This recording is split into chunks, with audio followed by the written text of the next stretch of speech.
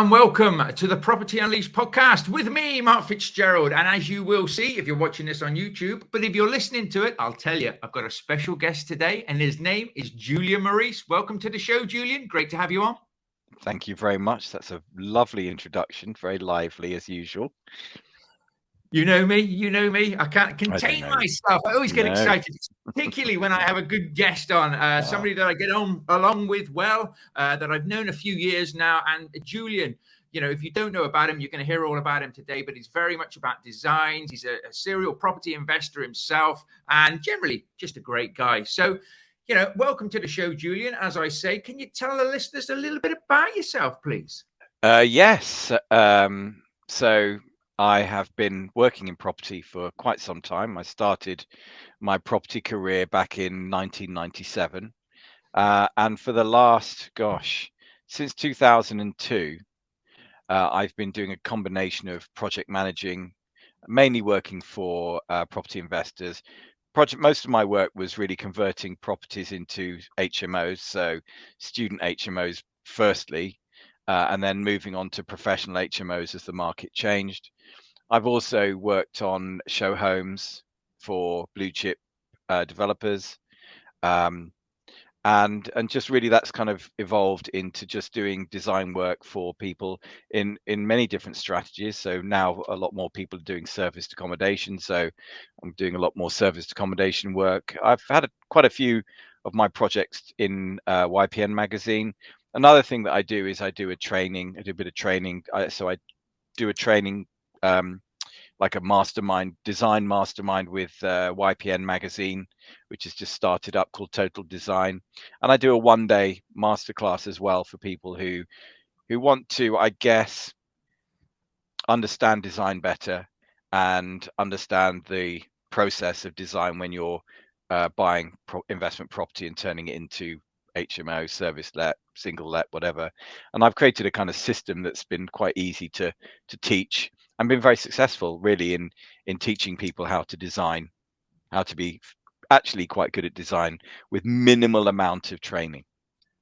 No, well, that's what it's all about at the end of the day. And we'll get onto that as well, because I have done your one-day course, and I'll tell you what, it opens your minds up to not just design, but also, you know, how to work with tradespeople, how to make sure that you get things where you need to get things. But I'm getting ahead of myself here.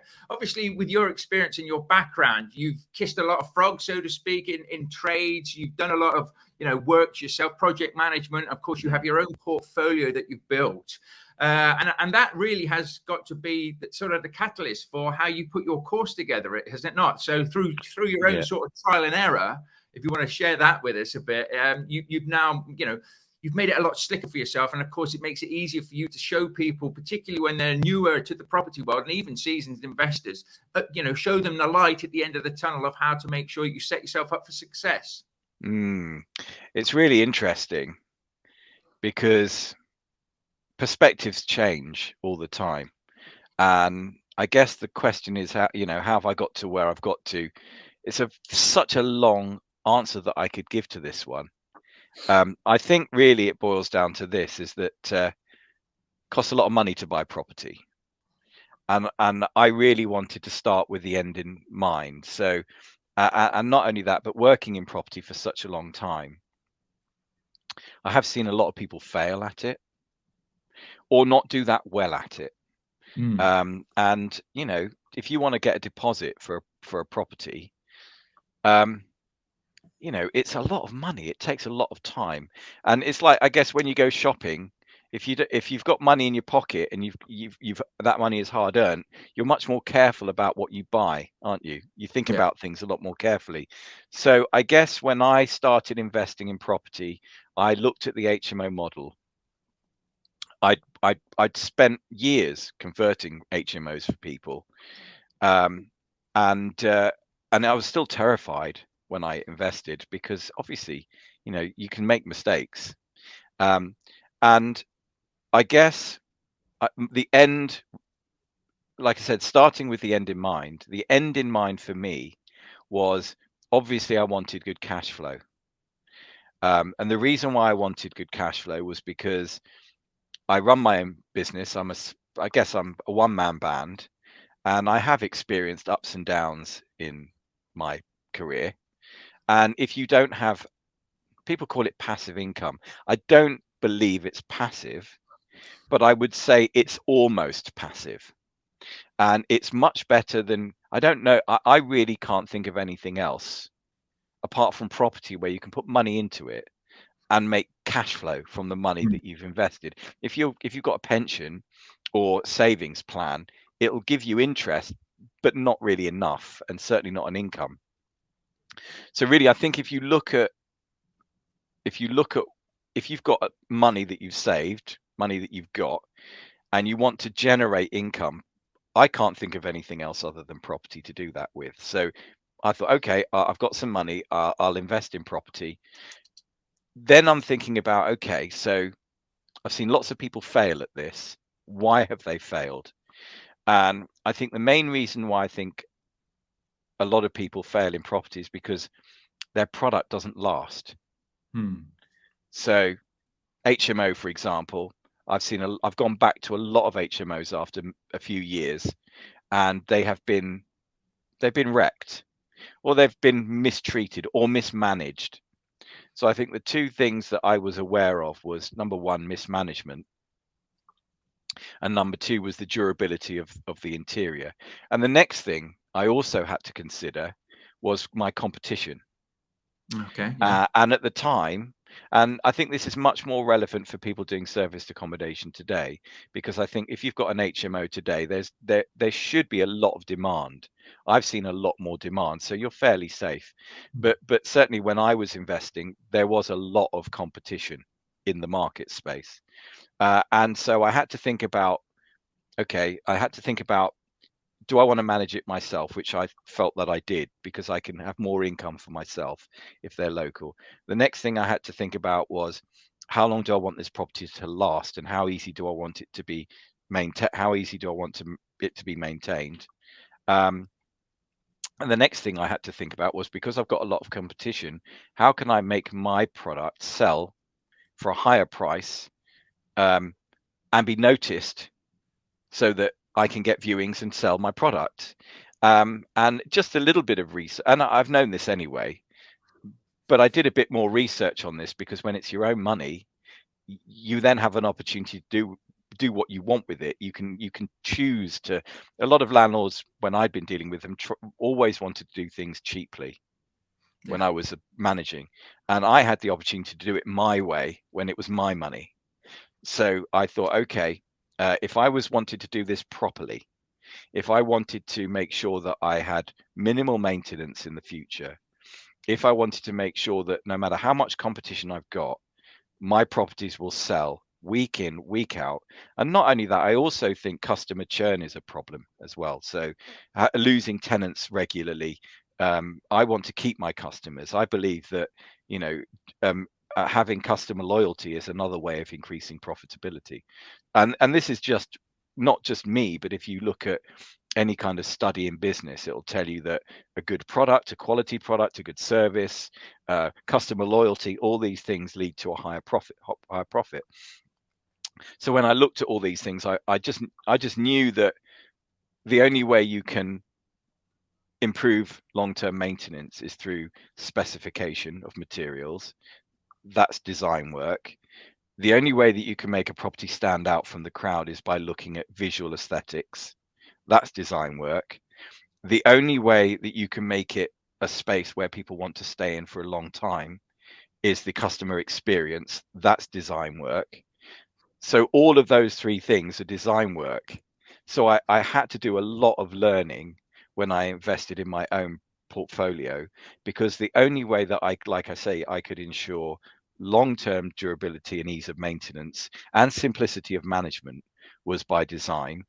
The only way that I could ensure these properties would attract attention and get people to view them quickly was through aesthetic design. Um, and the only way, like I say, the only way I could ensure customer loyalty and good customer experience was through design.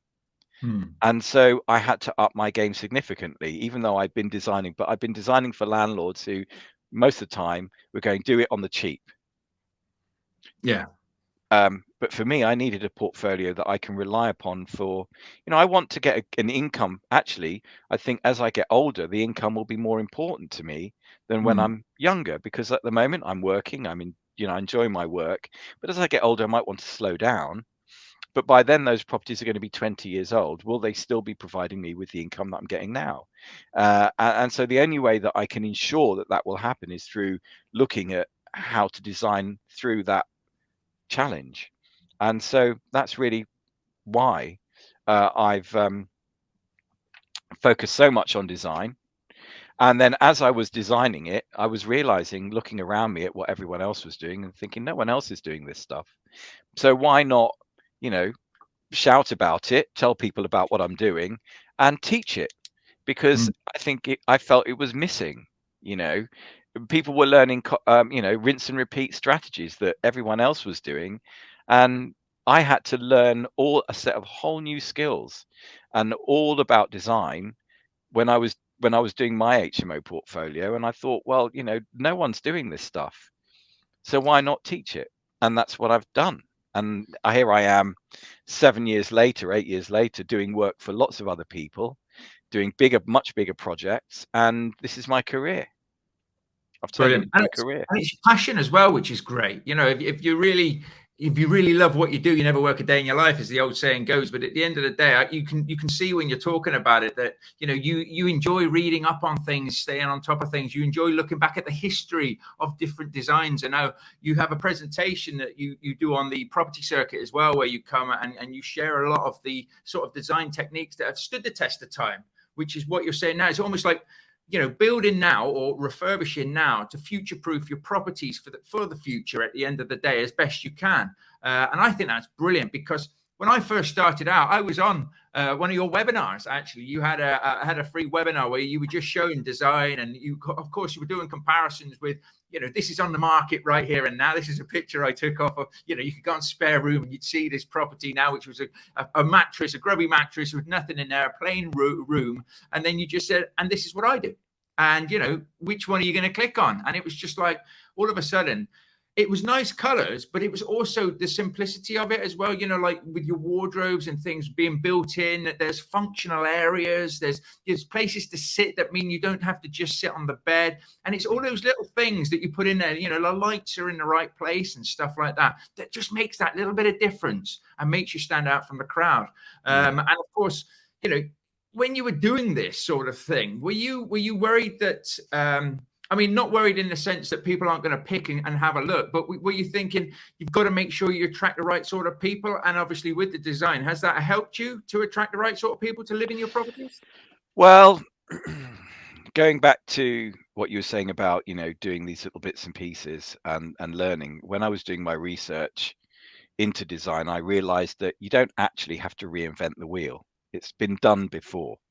When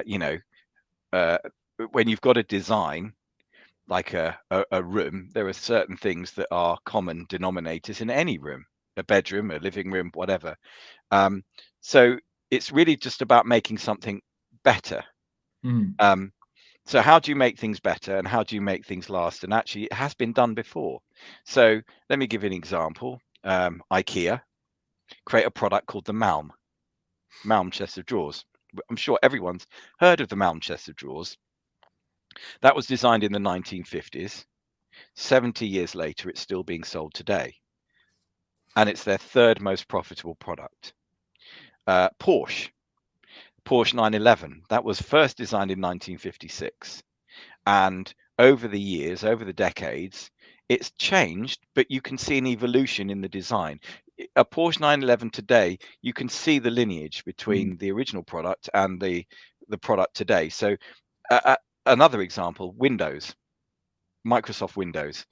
The framework of that product is the same today as it was actually I think it was first created in the early 1970s by a company called Epson. That design has hardly changed. It's evolved slowly, gradually over time, but the main essence of it hasn't changed.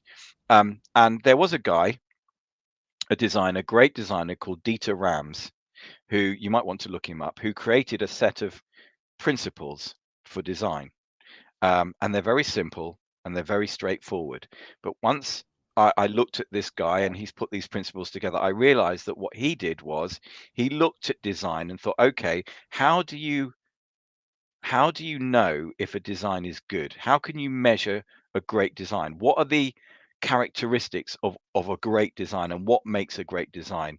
And he looked at back through history, looked through great designers' work, even his own work, and he applied these principles in everything that he did, whether it's architecture or he was an architect, he created electrical product and furniture. So his three things: architecture, electrical product, and furniture products. The Malm is a copy of one of his designs. Apple copied his designs pretty much, the materials, the look, the feel, everything. And so if Apple copy this guy, if IKEA copy this guy, if whenever I've heard people like Porsche, Terence Conran, all the greatest designers, brand designers, Conran, whenever they do an interview, I'm hearing snippets that trace back to these principles. I realized after while I was doing this research, that if you want to create a great product that lasts a long time, you just have to follow a very simple set of rules and do not deviate from them. And if you do deviate from them, the product will fail in some way. Yeah. Guaranteed. And so when I designed my HMO, I said, okay, what I'm going to do is I'm going to apply these principles in my work. I'm not going to look at trend. I'm going to forget trend. All I'm going to do is follow these principles literally. I've got better at it as I've gone on, but these are basically the 10 commandments, the 10 principles of good design. I'm not sure if I can read them off the top of my head, but I will try. So good design is long lasting. So you spoke about fitted furniture. The reason why I chose fitted furniture is because fitted furniture is long lasting. And like I say, I have no choice. I've decided to follow myself. If I'm doing a product, designing something, I will design them the way Apple do it, the way Porsche do it, the way Conran does it. I haven't got a choice in it. I will put my money where my mouth is. So if it's got to be long lasting, I will specify materials and products that will last a long time. I won't look at trend. I will look at maybe styles that have been enduring. So, there are certain styles that are very durable, some that are just trendy. So I won't follow trend. Another one is good design makes a product useful. So that means that, for example, a bed. How do you judge a bed? How do you judge if a bed is any good? You can look at a picture and go, that looks beautiful. That bedroom looks beautiful. But until you use the bed, sleep in it and use it, you don't actually know if that design is any good. So I do see a lot of people showing lovely pictures of well-dressed rooms, but when I look at them, I realize very quickly that it's not actually a great bedroom in terms of functionality. Functionality is a very big part of a design. So for example, to give you an example of useful, I thought, okay, I'm putting a bedside table next to my bed in a bedroom that I'm designing. To make it more useful, wouldn't it be great to put a drop pendant light fitting above the table so that I can free up space on the bedside table? And wouldn't it be more useful if the plug socket, rather than being on the floor at the bottom on the skirting board, it was actually above the level of the bedside table surface to make it easier to plug in my mobile phone? So being a great designer does need a bit of empathy with who you're going to be designing it for. But function, kitchen, for example, it needs plenty of workspace. It needs to have plenty of storage. So that's another principle. Another principle is good design is understandable. So if we're looking at serviced accommodation, for example, imagine if you go into a property and you can't find the light switch, or you've got a keypad key safe and it's not lit. So you arrive at the property or you don't know where it is. So you don't know where the key safe is. When you find the key safe, it's not lit, so you can't see the numbers. And then when you go into the house, you can't find a light switch. So that's useful. Good design is understandable. So imagine if you've got an HMO and you've got a washing machine that's very complicated to use. It's got bolts and nubs and things. It might be a very expensive washing machine, but if it's really difficult to use, you might find that people are always using it wrong, and your electricity bill will be higher. So that's just some examples of these 10 principles. Good design is aesthetic is another. So what that means is when you look at a picture of a room, what makes the aesthetic isn't just the feature wall. It could be the comfort of the bed, the lovely door handles, the lovely light switches, the way the light comes into the room, the light fittings, everything in the picture, including how it feels when you go into the room, is the aesthetic. So these principles seem very, very simple, but actually applying them is very, very difficult. It takes a lot of time. Another one of the principles is good design takes a great deal of time and attention to detail. So you're never going to get a good design if you just let somebody 5 minutes do a drawing and that's it. That's not going to be a good design. It takes time. So I just decided when I was going to do my HMOs, I was going to design them in the same way that Dieter Rams designed them, the same way that IKEA designed them. They're not the trendiest, but 10 years later, they're still in tip-top condition. And I've actually got 2 tenants. One of them has been with me 10 years. Another one's been with me 8 years. I don't put in en suites, so they actually cost me less, because I've realized that if I apply the principles of design into my product, not the principles of a bank lender. So a lot of people will say it's got to have en suites because I want a commercial valuation. And the only way I can get a commercial valuation is if it's a 7-bed all en suite. Okay. You've designed it according to a set of tick boxes created by a bank manager or someone in the bank. That doesn't necessarily mean it's going to be a very good, long-lasting product that's fit for purpose. Look what happened to Apple when Steve Jobs left and it was taken over by finance people, and all they were interested in is the dividends. There's Warren Buffett said, I think it was Warren Buffett. He said, wealth is not created if you in the pursuit of wealth doesn't get you wealthy. What gets you wealthy is providing a great service. So this is the issue, is that there's always this kind of fight between designers and people in finance who will go, it has to tick these boxes. That doesn't mean it's going to be a great, very successful, long-lasting design. I understand that there are people that need to get good cash flow. They need a 7-bed HMO and they need a commercial valuation. That's fine. However, I would say that if it doesn't work as a design, then it may not make you profit long term. So if you're looking at long term, then I think you just need to balance things between design and finance. But I decided that I was going to be design led. And if you look at another bit of research that I did was called the Design Value Index. And the Design Value Index was a study done over 10 years looking at the difference between companies that are design-led and companies that aren't, and their performance on the stock exchange and on the American, I think it's called the SAP or whatever it is. And over 10 years, and this was a 10-year period where we had the credit crunch, over 10 years, the design-led companies performed over 200% better than non-design-led companies. So all these things, when I've looked at creating my own portfolio, I thought, if I want it to last, if I want to make profit in 20 years' time, and my house is to still look great and be desirable, then I need to follow these principles because they have proven to work every time. And these are people that have been I mean, you don't think you can get more successful than Steve Jobs in terms of what he created, the income, the company that he created, or IKEA, or Dyson, or Porsche, because Porsche are the most profitable car manufacturer in the world. These are principles like gravity. It exists, you cannot defy it. And therefore, I have just gone, fine. I'm not going to reinvent the wheel. I don't need to. That's how it works. That's what I'm going to do. That's brilliant. Wrong answer to it's really good. Really good. Now that's what it's all about, though. At the end of the day, and this is what it'll help my listeners and everything with, because I've viewed a lot of properties like you have yourself, and I've walked into rooms and I've thought, oh, beautiful, absolutely beautiful, and then I've just realised the light switch is behind the door. And it's like, hang on a minute, I got to walk through the door, close the door to get the light switched. Who thought of that one? Because people haven't, said where they need things. We haven't looked at the practicality of things, and have left things to builders and tradespeople as well.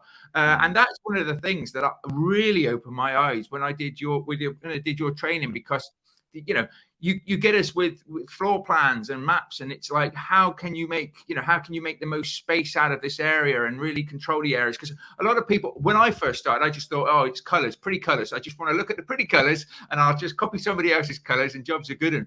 But when you actually go to that finer detail, you get the light switches in the right places. I mean, back when a good 5 odd years ago, when I was watching your webinar, I bet if you were getting the plug sockets put a bit higher than the normal average plug socket, which is about 6 inches off the floor, your builders would have been looking at you saying, what, you really want them sort of in the middle of the wall and stuff like that?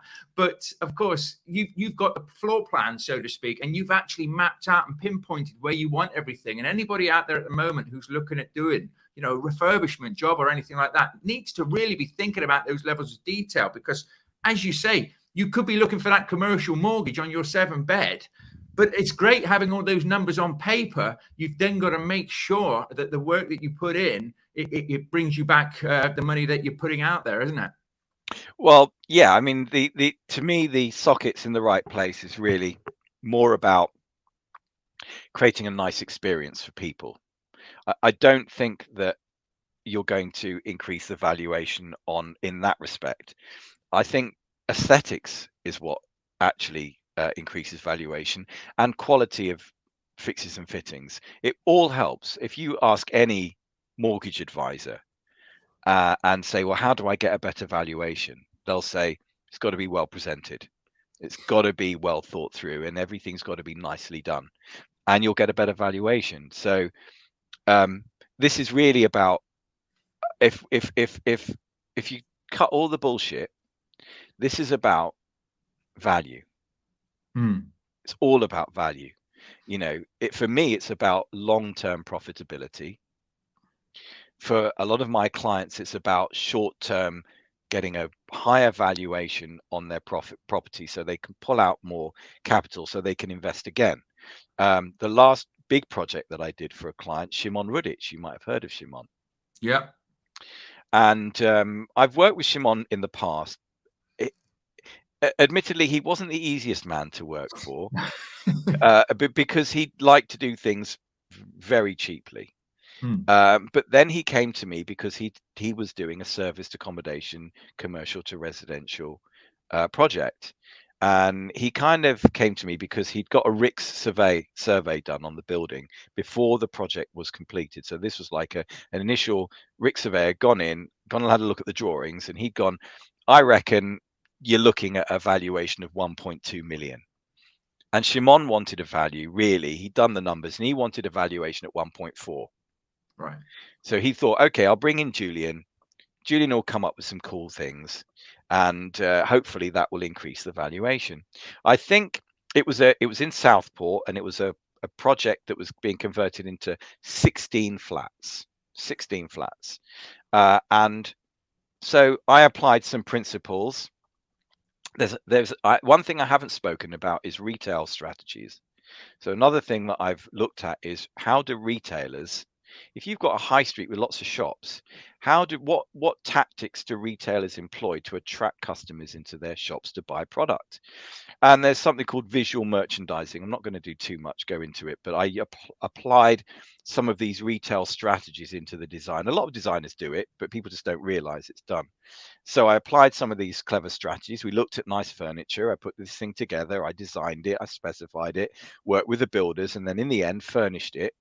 Got a couple of guys together. We furnished it. And then he got a valuation on completion.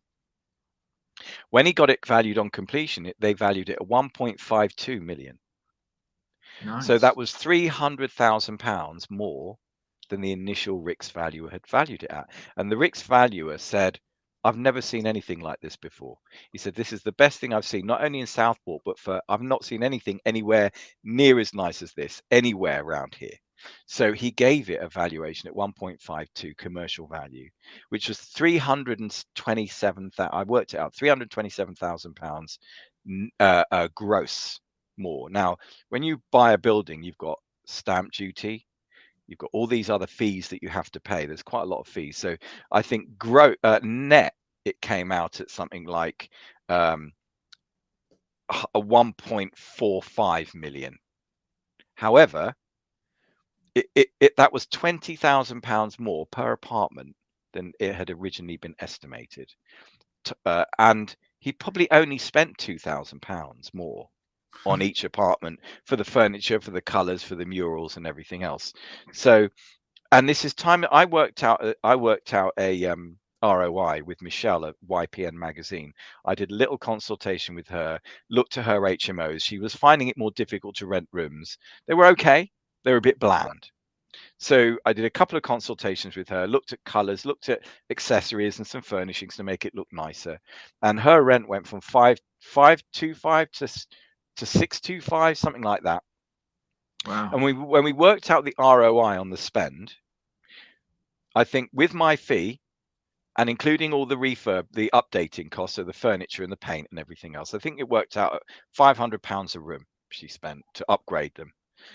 In year one, the return on the money she spent, because she spent about 3,500 in total, the return on the investment that she made in year one, because of the increase in rent, was 200%. Ooh, nice. In 5 years, because that money had, after the first year, been paid back, everything else was profit. It worked out at over 1,000% ROI on the money that she'd spent on the investment that she'd made. So God knows what the ROI is on £2,000 to make £20,000. That's insane amount, literally instantly.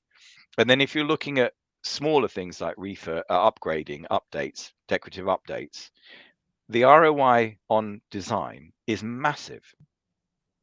So, it's not just the customer experience is one thing, the aesthetic is another, but really this is people use a designer because they want to generate more income.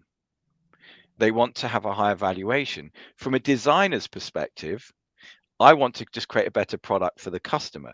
So I'm going, okay, if you create a better product for the customer, that will make the product more valuable. Yeah. So I'm designing a product for the customer, but the consequence of that is wealth, greater wealth. So as I said, it wasn't Warren Buffett that said it, was Henry Ford, who said, the pursuit of wealth won't make you wealthy. You'll only get wealthy by creating a great service. Right. And that's exactly that. You create a great product, the wealth will come. And that's why people employ designers, because they know that if you've got a lovely product, it's worth more. And it's as simple as that. I was talking to an estate agent. I did a PIN meeting at Sheffield last night. An estate agent came up to me and said, "You're spot on about this." And any estate agent will tell you a property that's well presented will sell faster for a higher price. Any letting agent will tell you a well-presented rental property will get a better tenant, will sell for a higher price. Therefore, the value is higher. So it's just a fact. So I've just seen lots of people think, when I first went to a PIN meeting, and I'm not slagging people off, all I'm telling you is that I was seeing the likes of Jim Halliburton talking about, you want to cut these properties up into as many rooms as possible, and that's how you make your profit. And I was looking at that and thinking, okay, that's fine, but that's not the way Apple do it. Yeah. And Apple are much more successful than these people. And I thought and that's not the way I've done it. So yes, I'm sure there's a market for very low end, very poor quality accommodation. But I think you've got to manage those properties a lot closer. You're probably going to get worse customers, so you're going to get a lot more grief and a lot more wear and tear. And to me, I'd rather have less but more. So less product, higher profit, rather than more product to make the same profit. Yeah. I think it costs a lot more to do things that way. And so that's just my way of doing it, But like I say, wealth is the consequence of providing a great product. And of course, with your own portfolio, rather than having these big mega HMOs or anything, you've kept your portfolio quite small, haven't you? Minimos, I think, is the term, because they're sort of 4 bedrooms, but you're still making the money. So, like you say, less hassle, less tenants, so to speak, less customers to have to deal with, but you're still maximizing your profits in your own properties, which is brilliant at the end of the day. And it just makes so much sense, I think. Another interesting conversation I had, and this was a flip in my head actually, because this guy was very successful in property, and he said, I'm worth about 6 million. I've got about 6 million in assets. I originally really wanted to have a legacy to pass to my children. One of the reasons why I thought smaller HMOs would be better is because, number one, I couldn't afford to do a bigger property, and I don't feel comfortable borrowing too much. And again, I think it was Warren Buffett that said, in his principles of investing, don't over leverage. Right. Always be aware of interest payments. So I decided early on that I would balance my investments so that they were around about 50% ROI. And in fact, every really successful investor that I've ever worked with has been paying their mortgages down over a period of time. So I thought that's the way I'll do it. But I just sold one of my houses actually, and it was interesting because a guy who knew me I didn't know him. He'd known me for years. He'd seen what I'd done and blah blah. He said, are you selling your portfolio? And I go, well, yeah, I've just sold one of my houses. How did you know? He goes, because where your houses are, I've been looking, and normally there's just absolute crap. You can't find anything decent there. And he goes, I saw this house and it was really nice. Yeah. And he said, that must be Julian's house. I recognize it. It must be Julian's house. And it was mine. He goes, it's the one with the loft room. Yeah, it's that one. So not only it stood out, but for me, my plan B is that, I do want something for my kids. But do I want to give them loads and loads and loads of money? Is that the best thing for them? I would also like to have a good life as well. I'd like to have holidays and, an easy time of things. And as I get older, I might want to sell my assets.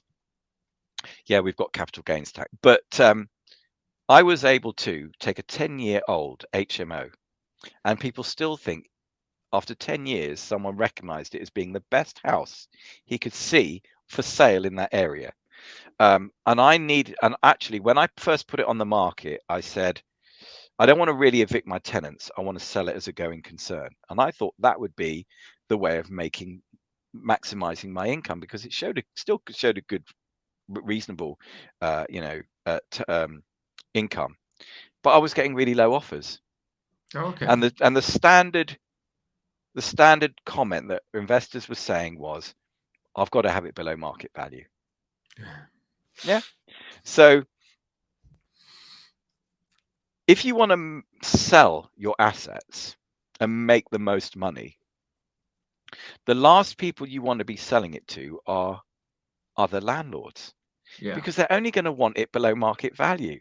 So then I had to go, okay, I'll get rid of the tenant. I'll have to give the tenants notice. The moment I said that, the agent opened it out to the wider market. It was flooded with viewings, and I got full asking price. So I'm able to sell a 10-year-old HMO to an owner-occupier at full market price, and it's still in good condition. So this is, again, the point of applying these principles into what you're doing, is because if you've got something that's a good quality product and, you've got an exit strategy, you can then enjoy that capital growth and that money and go on holidays and buy a camper van or whatever you want to do. So you can't do that really that well if you've got a property that's fallen into disrepair. The only people that are going to look at it are going to be an investor. You've got overgeared it, so you've always been borrowing the max out of it. So it really doesn't perform that well. I just thought you've just got to be quite careful with this. So, again, the reason why I bought small HMOs was because of the exit. I felt that the way to make the most, the way to make the most is to have something that you can sell to an owner occupier. Yeah. So a 4-bed HMO is that, and actually it's not a 4-bed, it's a 5.5 bed. Even though it's a 4-bed, it's actually producing the income of a 5.5 bed, purely because if I hand a 6 bed to a letting agent, in their fees, they charge their fee is a gross percentage of your income. So it might be 12%, sorry, 12% of your gross. So what percentage of your profit is that? That could be 25% of your profit. Yeah. So I just felt that if I don't use a letting agent and I've got properties that are easily managed, because a 4 bed you can manage easily, 7 bed a little bit more difficult, 4 bed easily managed. So the advantages for me of a small HMO, and it might not be practical today, certainly in some areas, but from my point of view and looking at the end in mind, the good thing about a 4 bed HMO is, number one, it doesn't need a license in my area, and in a lot of places I would never buy in a main city anyway. I would always buy in a satellite town. But the main advantage for me was thinking ahead 10 years ago was, if I ever want to sell it, I can sell it to an owner occupier at full market price. The second thing is if I do want to give it to my kids, it's something they can easily manage. Yeah. It could be a single let if they want it to be, or it can still be an HMO. That's the second thing. So that's the thing with these small HMOs, is they're easy to manage. They're still homes for people. They're easy to sell if you want to offload. They're easy to manage. And because I manage it myself, a 4 bed performs like a 6 bed because I'm not giving it to a letting agent. If I give it to a letting agent, they're going to take a bedroom and a half off of me. So I'm still making the same money. Yeah. So, Yeah. and it's a lot less. It costs a lot less to buy a 4 bed. So it costs less, easier to sell. You can sell it at a better price. It's easier to manage. You can manage it yourself. So you've got more income. Yeah. So that was my thinking behind it. There is an argument to say, well, I can't get commercial valuation. I can't pull all my money out. I can't recycle it. So it does depend on your exit or your strategy. And I'm not going to slag off 7 beds or 8 beds, because it's a different way of looking at things. The other thing as well, I just really to conclude is if we look at the principles of design, one of the principles, like I said, is good design makes a product useful. Okay. And I felt that the function, the whole purpose of our product is it's a home. That's its use. Yeah. That's its function. It is a home. My conclusion is that a 7 bed HMO is not and will not feel like a home to anybody. It's more like temporary accommodation. Yeah. It's not a home. It will never feel like a home, and therefore it will not fulfill its real function. And so I couldn't, because I apply the principle of design in what I do, I just couldn't buy a large HMO, because according to the principles of design, that won't work long term. And Space 10 did a study for IKEA, and it was a huge study on co-living. And if you look at the conclusions of that study, and you can go onto ChatGPT and ask it, one of the conclusions was that people do not want to live in anything bigger than a 6 bed. They do not want Right. to share with more than 6 people. That was the conclusion of the study. And again, I'm not reinventing the wheel. I don't know how many millions of pounds and how much time this company it cost and how much time this company took to do this study, but I don't have to do it. All I have to do is take advantage of the fact this study was published. It cost IKEA millions of pounds. I can get it for free, and I can learn from this study. So we have this benefit now of being able to go online and learn all this stuff. So again, that was my strategy, and that's why I chose to do it that way. That's brilliant. And it's not cost you anything. You haven't had to convert anything. These people, potentially got a 4 bed or a 5 bed all en suite. You've all of a sudden, as you say, the owner occupier market is out the window, unless you're going to spend Yeah, thousands you putting it back. like I say, an investor, if you want to offload and sell, that's your exit, is to sell. If you are selling to an investor, they will want a below market price. They want a deal. If you sell to an owner occupier, they're not looking for a deal, they're looking for a home. And if Yeah. your property is still in good order and it's nice and it feels like a home, they'll take it straight. There'll be a queue of people looking to buy it, especially small terraced houses.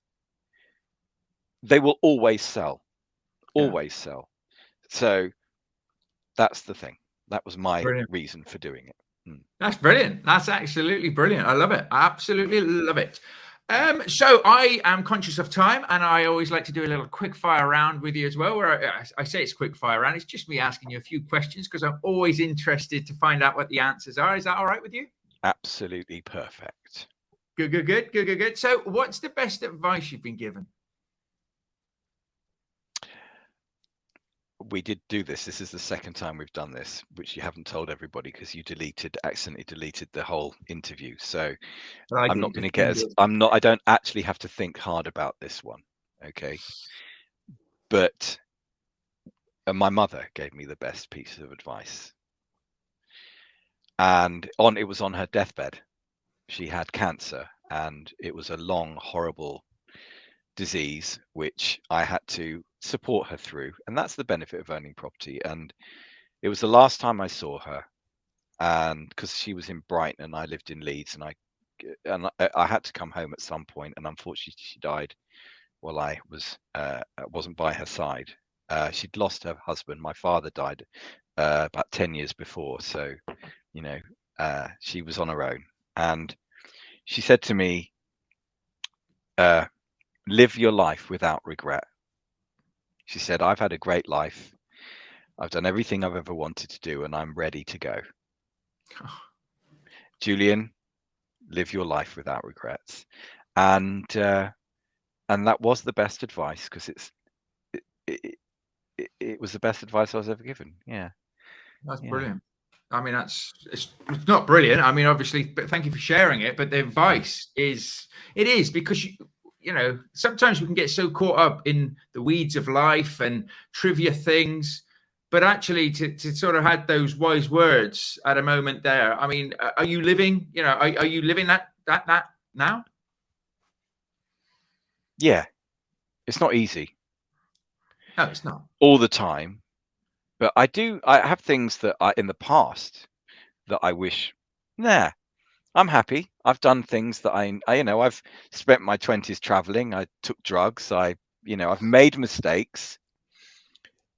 But I can honestly say that I've had a rich, I've got a cat tugging at my cable. I've had a rich, eclectic life. I do what I enjoy. I think I give value to people. And I'm happy. I'm a happy person, and I'm happy with the choices that I've made. And I don't have regrets. So no, I got divorced as a result of that advice. It was a loving divorce. It was just that I realized that I wasn't in a happy place, and I would have regretted my life if I would have continued in that marriage.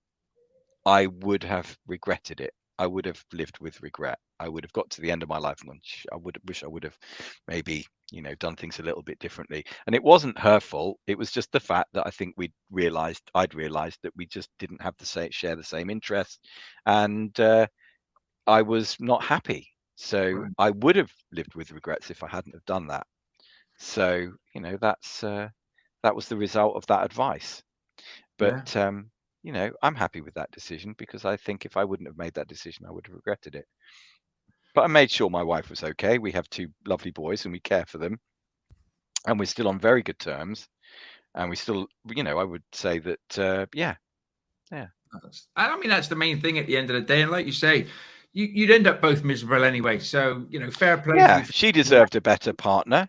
She deserved somebody that loved her, and I deserved somebody that loved me. So, and there were reasons for it. And I don't have to divulge it, but that was the advice that was given. And also, I wouldn't be speaking at PIN. I love speaking, public speaking. I wouldn't be doing that. I wouldn't be doing my design work. I remember driving home after taking that advice, and driving home and thinking, if I had 6 months to live, what would I do? And having my mother literally dying there, and thinking, okay, I can empathize with that, because I've been helping my mother through this disease. And I said to myself, well, if I only had 6 months to live, I'd do more public speaking. I'd speak around the country. I'd enjoy doing that. And I'd do more design work. And I remember just saying to myself out loud, well, why the hell don't you do it now? Yeah. Yeah. And at that moment, I stopped doing project management work, dropped all that, and I just focused on the design work and thought, if it fails, it fails. But I'm going to give it 100% of my time, because if I don't, I'll regret it. Yeah. Yeah. No, So it does involve an element of bravery, I think. If you want to live your life without regret, imagine if you come to a decision, you think, okay, I've got two options here. I can do that, or I can do that. If I do that, I'll regret it. If I do that, I won't, but that might be the harder option. Yeah. But if I don't do that, I'm going to regret it. So it does make things a little bit tricky. But I think you need faith. If you're aligning yourself with that truth, and it's your own truth, it's what you would regret, then you have to live by the sword, I guess, don't you? I totally resonate with that, because that's pretty much what I did when I left a corporate job that I was sound in at the end of the day, earning good money, to chase my sort of property investing business dream. And it was burn all the ships and let's go for it. What's the worst that can happen at the end of the day? It's like your good self. If what you're doing doesn't quite work out, then there are other options for you. But go for your passion, go for what you really want to do. And if you give it everything you've got and you don't give up, most of the time you will succeed, as long as you're taking the right actions consistently and persistently, and you are. And it's, it helped me as well. But it is getting over that mindset, those limiting beliefs. And I think, the kick up the backside, so to speak, that you had with that fantastic advice from your mother, must have just come right at the right moment for you to be able to say, screw it, let's do it. So to speak. You actually used the words burnt my boats. And I think that's another important point, is that it does involve an element of boat burning, because there's never a right time. But I think the reason why you have to burn the boats is because if you don't, you will regret it. It's a decision. If I don't do that, will I regret it? Will I live to regret it? And the last thing, like I say, I really have discovered is the last thing you want is to live with regret. Yeah. No, that's great. That's great. Well, thank you for sharing that as well. Appreciate that. If you could, the other questions seem a bit poor now. If you could sit down with three people at a dinner table, dead or alive, who would you like to sit down and have dinner with and chat to? Again, you asked me this question, and it would be appropriate at this point, if you hadn't asked me this question before, to take a pause and to think about this one. And when I did take a pause and I did think about it, I just thought, you know what? I would love to be sitting down at a table with my mum and my dad and my brother, having an evening meal, watching Bionic Man or whatever it was, nice. and just having a family meal. They're not. My parents aren't here anymore, and my brother is in the States, so I haven't been able to do that for 15, 20 years. So actually, I don't give a monkeys about if somebody's a successful person or whatever. It's just, family, and that just that having that there. If you don't have it, if you haven't had it, and you're fortunate enough to have wonderful parents that put you in the right place. I mean, nobody's perfect. Again, my parents made plenty of mistakes, but those are the people I would probably most want to be with. I can sit down with my two sons, so that's fine. But getting my parents back and having a sit down with them, I'd love to do that. That's perfect. Well, it's what you want to do at the end of the day. There's no right or wrong answers here. I'm just interested in what people say. So brilliant. Good answer. Do you have 3 podcasts that you listen to, or have you listened to podcasts? I do listen to podcasts. I only listen to the ones, actually, I watch loads of shit, to be honest with you. Well, I don't think it's shit, but I love The Mandalorian. All right. Yeah. And I love that kind of thing because as a work of art, I think it's amazing. So I like escapism generally. But as a podcast, when I get to a point where I'm getting a little bit disheartened with things, there's a podcast called the School of Greatness. And the reason why I like that podcast, sorry, my cat has decided that she wants to come in. The School of Greatness, basically, this guy, and I don't know his name, but he interviews all of the best people, all of the best motivational speakers, gymnasts, whatever. And if you were looking for motivational stuff, it's all in one place. So Yeah. the School of Greatness, I think, probably has helped me the most. Brené Brown is another lady that my girlfriend has introduced me to, who's all about actually having faith and doing the right thing, and having faith that if you do the right thing, the right things will come to you. It's like the law of attraction. And it sounds like total gobbledygook. It sounds like insanity, but actually, once you start going down that rabbit hole of the law of attraction and positive vibrations and being in a positive mental state and having clarity of mind, it doesn't, everything seems to work out okay. So that kind of thing has it's again, it's like a law. Yeah. And they talk about this law of attraction, and again, it just, it sounds like, flat earth stuff. How could it possibly work?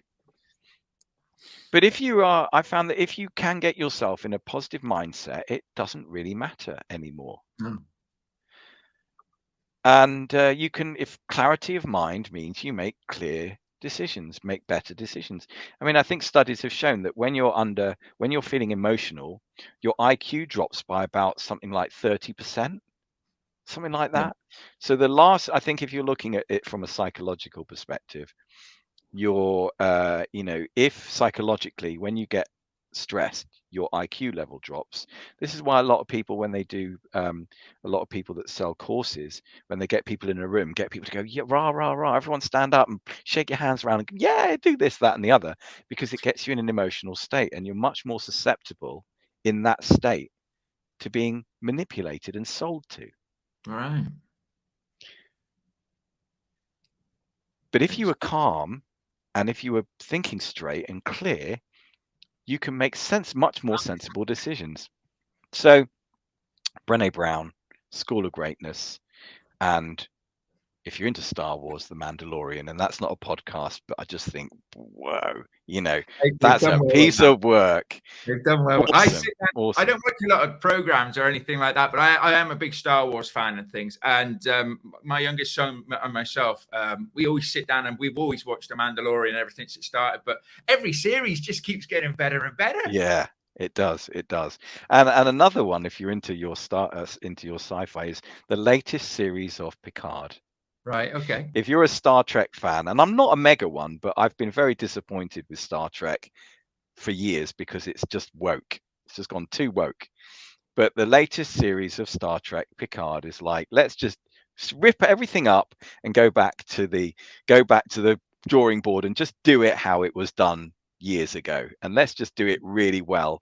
And let's just do it with people that love it and are insane for Star Trek. And let's make it spot on. And it's just, you watch it and you go, God, they have really ripped everything up and gone, let's just go back to the original recipe. And I've really enjoyed that as well. So I do like escapism. I do like a bit of sci-fi once in a while if I do get the time to watch TV. Yeah. But like I say, those podcasts are the ones I would go for: Brené Brown and School of Greatness. I think the Brené Brown thing as well is the way I look at it now is every day in this earth is the same. It's how I mentally look at the day, which changes. Because, all right, it rains, it doesn't rain and stuff like that. But in general, everything is just going about its business the way it does day in and day out, day in and day out. And it's how I perceive it and look at it. And obviously, I had all my limiting beliefs when I was in the corporate job and doing that in the rat race and everything. And I look back now and it's so enlightening that you just feel that you can achieve whatever you're setting out to do, because it almost seems a little bit it's not easy. You've still got to put the work in, and it's damn hard and damn annoying, and there's good days and bad, but it almost just feels that little bit more achievable, just because you think, no, I know I'm heading in the right direction here because I can see what I'm doing and I've got clarity, and it's just that state of mind, isn't it? Yeah, I think people call it emotional intelligence. Yeah. And not letting things trip you up. And if you do get tripped up, you pick yourself up, you dust yourself off, and just carry on walking. And I think that's what that discipline does. Yeah. It just some people could get totally stressed out, and other people would take exactly the same scenario. A great example was an interview where this, when the earthquakes happened in the States, about, God knows, it was about 10 years ago, and there was a road bridge that collapsed. It was one of these double level American road bridges, and it collapsed, the whole thing. And it was taking about a year, 2 years for them to rebuild this. And as a result, traffic was terrible. And they had this guy in the news reporter, and he's walking down the traffic, and he picks on one guy, and the guy opens his window and he's effing and blinding. This is terrible. It's causing me hours of delay every day, blah, blah, blah, kicking off. Then he goes a few cars down, and he picks on somebody else. And the guy goes, well, this has actually been really good because I've been able to sit and listen to podcasts, educate myself.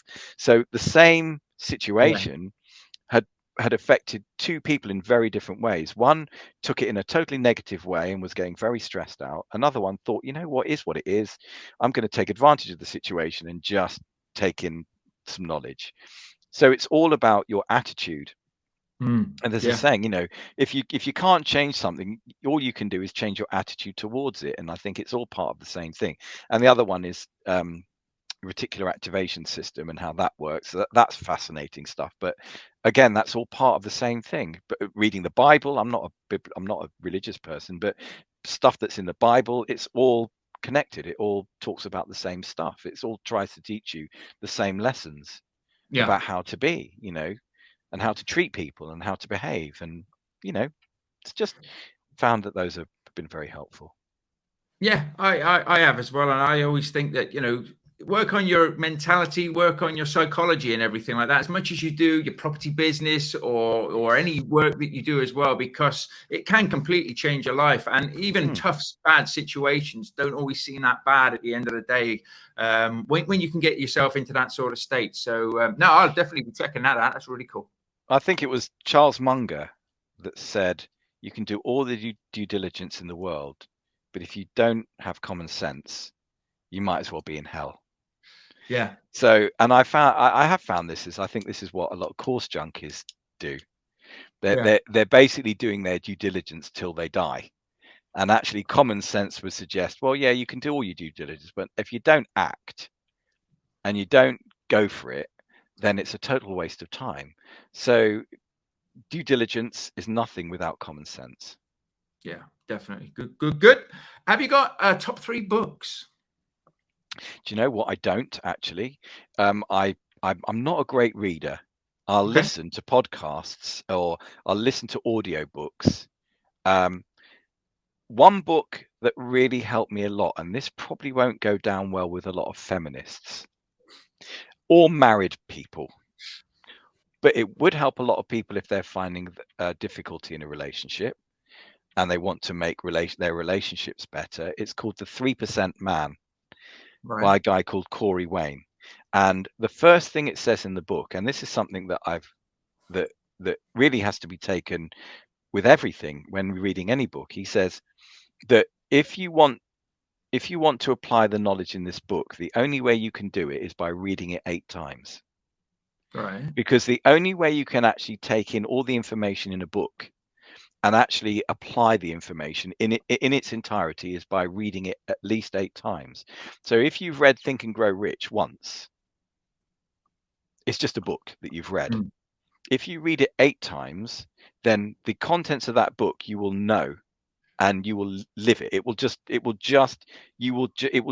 what it tells you to do. But reading it once won't work. And if you fail for any reason, then the reason why you failed is because you only read the book once. So I thought that was a great piece of advice. If you read a book and you think this resonates with me and I want to be able to apply what this book says every day so that I achieve the results, then read the book 8 times and it will happen. And this book was about actually good relationships and how to be a good man. And I thought I'll read it 8 times. And I read it 8 times, and everything that it said would happen happened. Everything. Wow. And Brilliant. And yeah. And it was a really good book. And he also has a podcast. Okay. Some if you're woke or if you're woke, you're going to hate it. But if I applied it, I thought it was really good. So there's that book.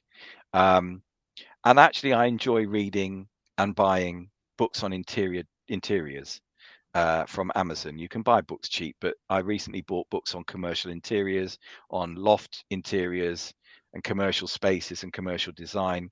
So I really enjoy reading them and looking at aesthetics and just being able to up my game and be inspired by what other people do in design. So I'm constantly getting those kind of books.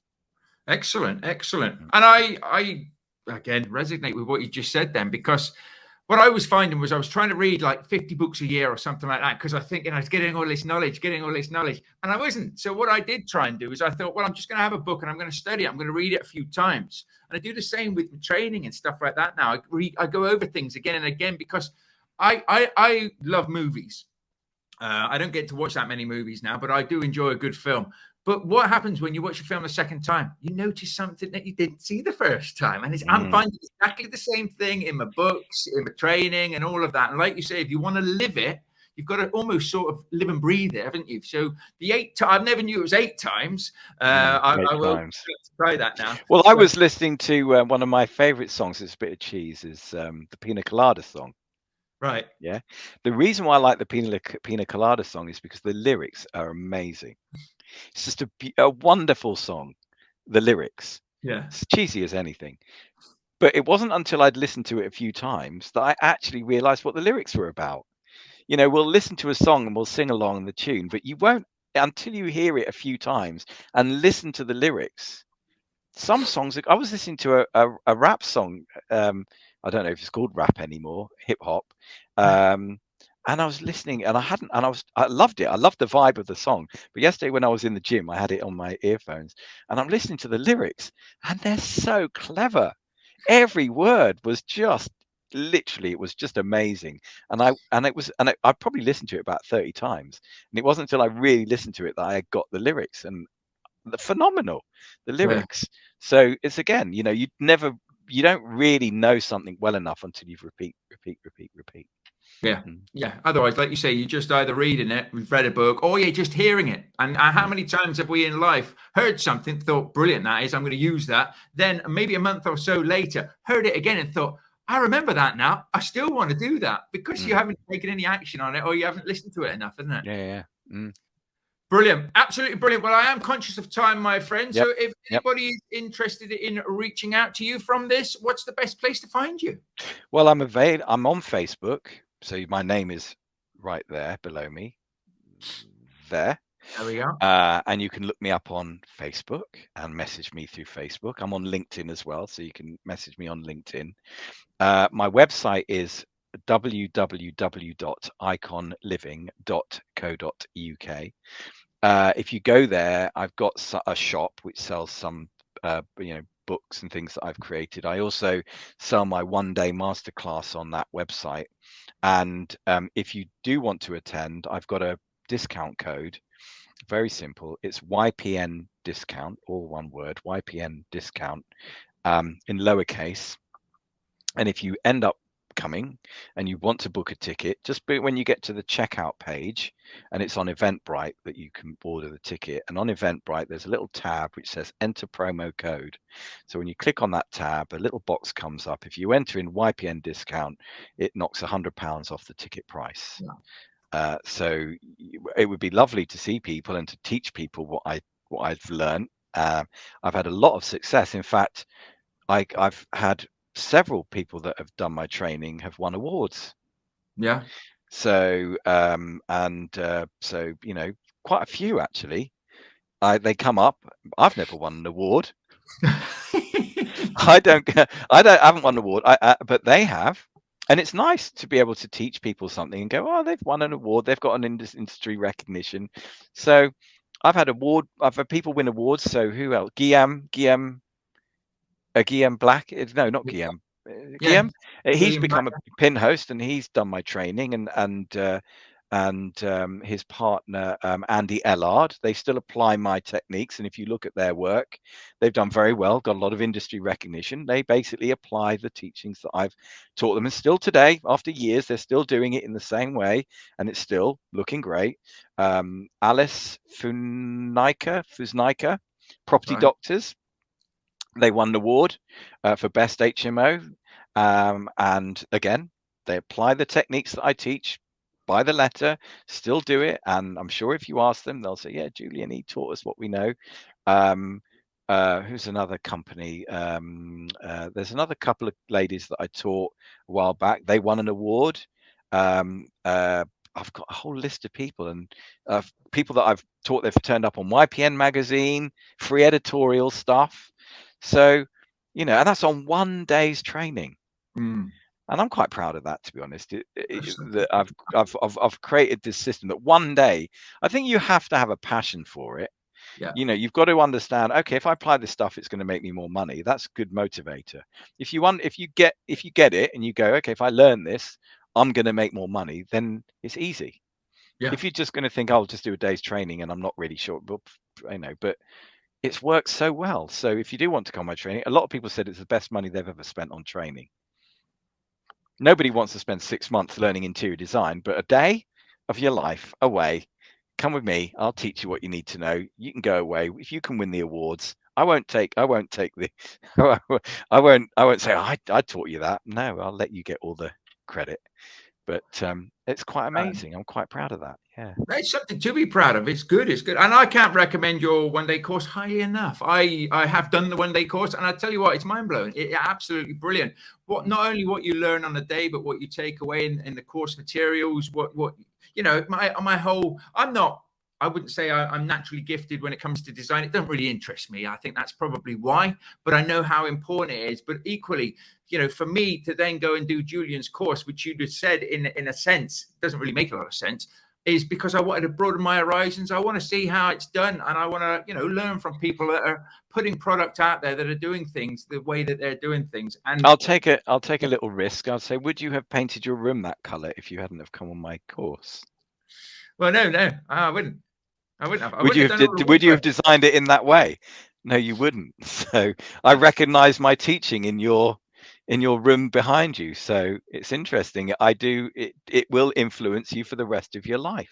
Yeah. That's the thing. It's like riding a bike. You do a day's training with me, it will influence the way you design stuff for the rest of your life. That's it.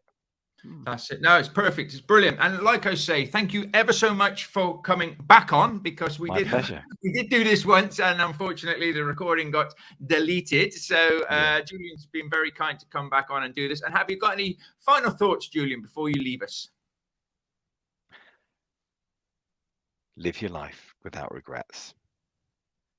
Brilliant. That was what I would pass on to people. It was passed on to me. I'd say, don't be afraid. Don't let fear be the reason why you don't do something. Yeah. Great stuff. Great stuff. Well, thank you. Thank you once again.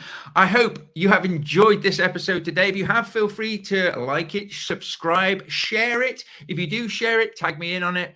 Check out, we'll also put in the show notes, if you've got show notes, if you're watching this or listening to this, we'll put in Julian's details and everything like that, so you can have a little look at his course and his shop and everything and his website. And of course, highly recommend that you take him up on that offer for the training, because it's money well spent. Trust me, it's something that you can learn, that you can take through for the rest of your life, and even if you just do it in your own home at the end of the day. But no, once again, my friend, been great to have you on. Thank you ever so much. Absolute pleasure. Thank you, Mark. Take care. So that leaves me just to say, have a vision, make sure you take action on that vision and have those goals. Push yourself forward and come and join me in the next episode. You all take care, and bye for now.